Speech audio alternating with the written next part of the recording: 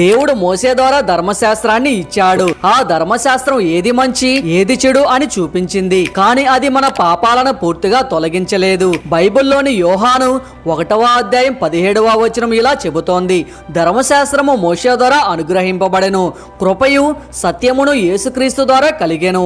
అయితే యేసుక్రీస్తు ద్వారా దేవుడు మనకు కృపను సత్యాన్ని వెల్లడించాడు.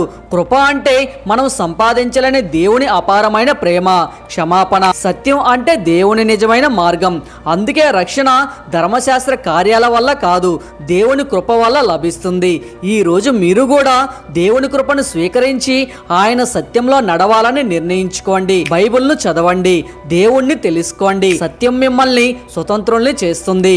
ఈ వీడియో నచ్చితే లైక్ చేయండి, షేర్ చేయండి. ఇంకా ఇలాంటి బైబిల్ సత్యాల కోసం సబ్స్క్రైబ్ చేయడం మర్చిపోవద్దు.